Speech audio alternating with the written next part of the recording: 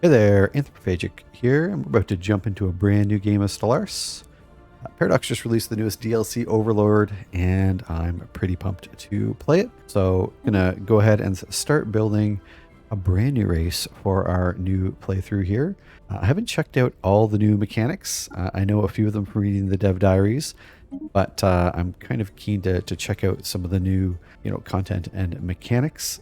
So the first episode here, we're just going to focus on building a empire, and then in the next one, we will get started with the actual gameplay.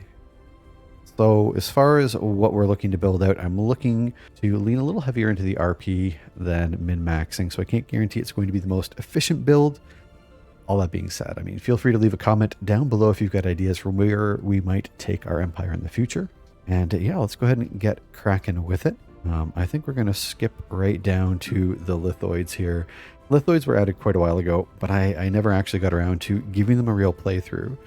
And one of the new origins that they've added with the newest update, the newest DLC, Overlord, got me thinking about kind of a cool race to play as. So I think we might go with a Lithoid race.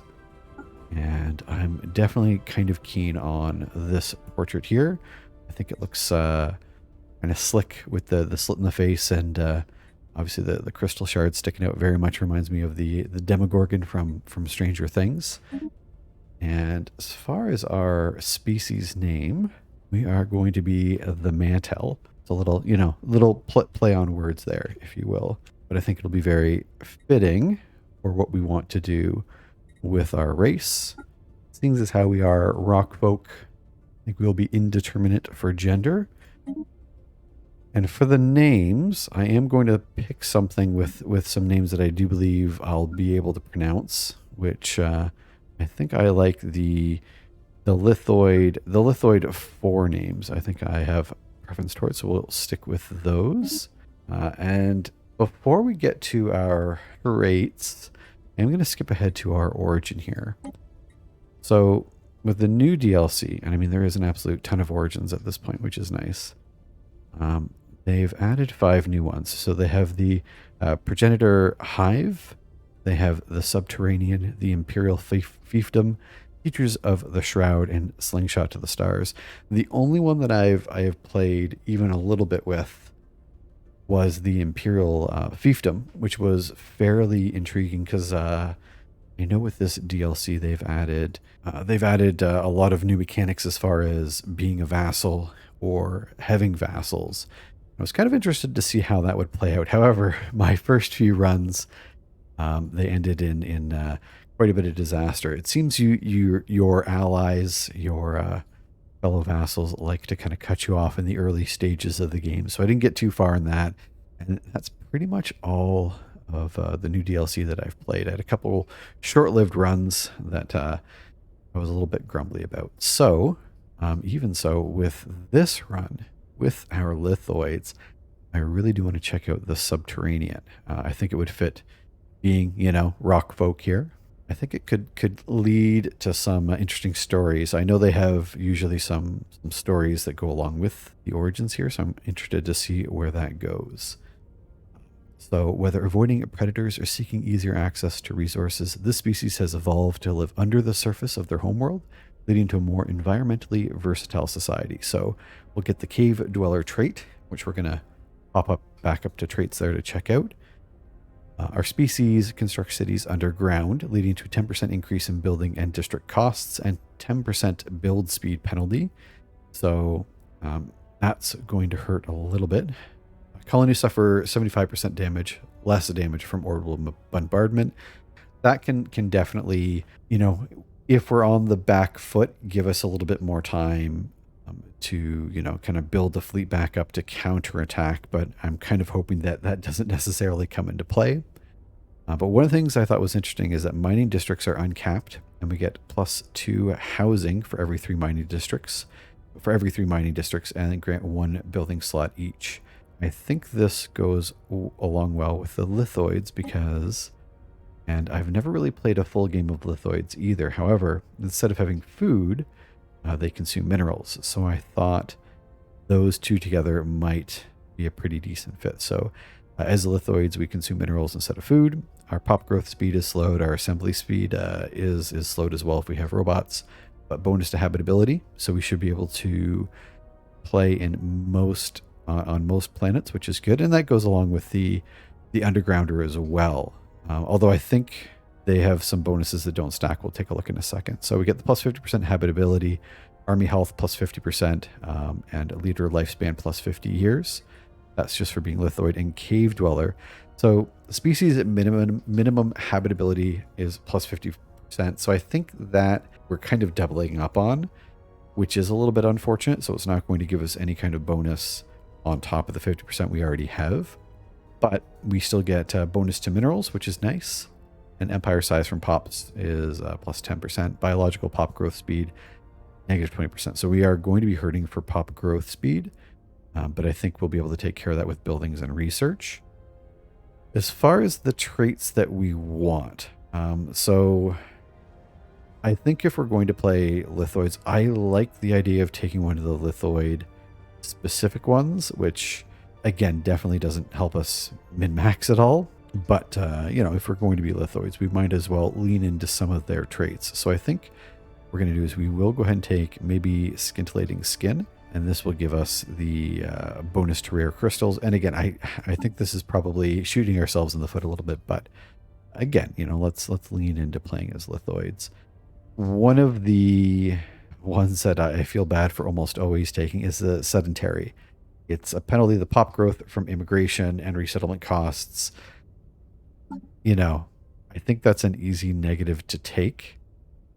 And I think as far as leaning into our role play a little bit. So obviously we are, you know, as the origin suggests here, you know, whether avoiding predators or seeking easier access to resources, we've evolved to live under the surface. And maybe, you know, years and years and years ago, we, you know, sought shelter under the earth, and that's kind of how we ended up there in the first place. So I think going with, and this will kind of play it when we get to our government, I think there is an option here for traditional. So certain aspects of the species, cognition makes it predispositioned to especially value historical precedents and group unity. And again, I think, you know, fleeing the surface, finding shelter underground, learning to work together and survive together, I think that does all fit together fairly nicely. As far as taking anything else, I think we're probably good there. We have a couple extra traits we could take, but I'm not too sure that any others really fit. We could look at something like fleeting. We have bonuses to our lifespan already, so that's kind of a free bonus. But I don't know that we necessarily want to, so I think we might leave it at that. And as far as our starting place, I think going with a dry planet, a dry desert world, and again, this kind of leans into just finding those resources we need and any kind of supplies on the surface. You'd be fighting with, you know, whatever other you know, apex predators are up there. So it makes sense that we found shelter underground and went looking for that sort of thing. So I think that kind of fits well with the dry climate. And I think one of the, go again with a little bit of a almost play on words for our homeworld name of Rukk there. We're gonna stick with our lithoid city. We've already picked Subterranean, so we can skip right past that. So the next interesting one is going to be the government and ethics. So there's a couple of new options that I was interested in, and I think we might go with materialist and egalitarian. So materialist, I think materialist is kind of an easy one for almost any, you know, empire that you're building. You know, as far as technology goes, we're all spacefaring nations, so some level of materialism and, you know, research and robots, I think all of that makes sense. And then as far as our, you know, more or less origin story, you know, learning to live underground together, embracing equality, I think that fits well together as well. And this does kind of continue to lean into that unity gain. I know they've changed some mechanics in the last few patches as well, making Unity a little bit more important. It's been a few patches since I have really kind of dug into playing, but I think if we give ourselves, a bit of an edge in Unity, that's not going to be a bad thing. We'll go ahead and pick the only option available to us. We're going to go democratic, so we are going to have elections every 10 years, and get that. And now when it comes to our civics, so one that I think is maybe a bit of a no-brainer and maybe a little bit boring, but taking mining guilds, being lithoids, not needing food, but needing minerals to eat, +1 from miners. Again, it might not be the best min-max one, but, lean into kind of what we know. I think that fits fairly well. One of the other ones that I was interested in was going to be the parliamentary system. Again, this leans into Unity, and I think as far as our empire goes, Unity and technology are obviously going to be kind of the main drivers for us. And I think this might be an interesting take. So we will get factions fairly early. The parliamentary system in this colony encourages a free and lively debate. Creating favor with one of the dominant political factions can prove to be quite advantageous. So it'll give us some options early on, which means we have to deal with the factions early on, but we can get some nice Unity gains from it as well. So I think that might be interesting to start off with. And then once we get our third civic down the line, we can maybe, look at some other options. And if we want to drop this later as well, especially if we end up, getting almost too much Unity, we can take a look at that. But I think being, like I said, the scrappy empire that, pulled itself up from underground there and reached out to the stars, I think we definitely have to have some level of working together. So I think that fits well.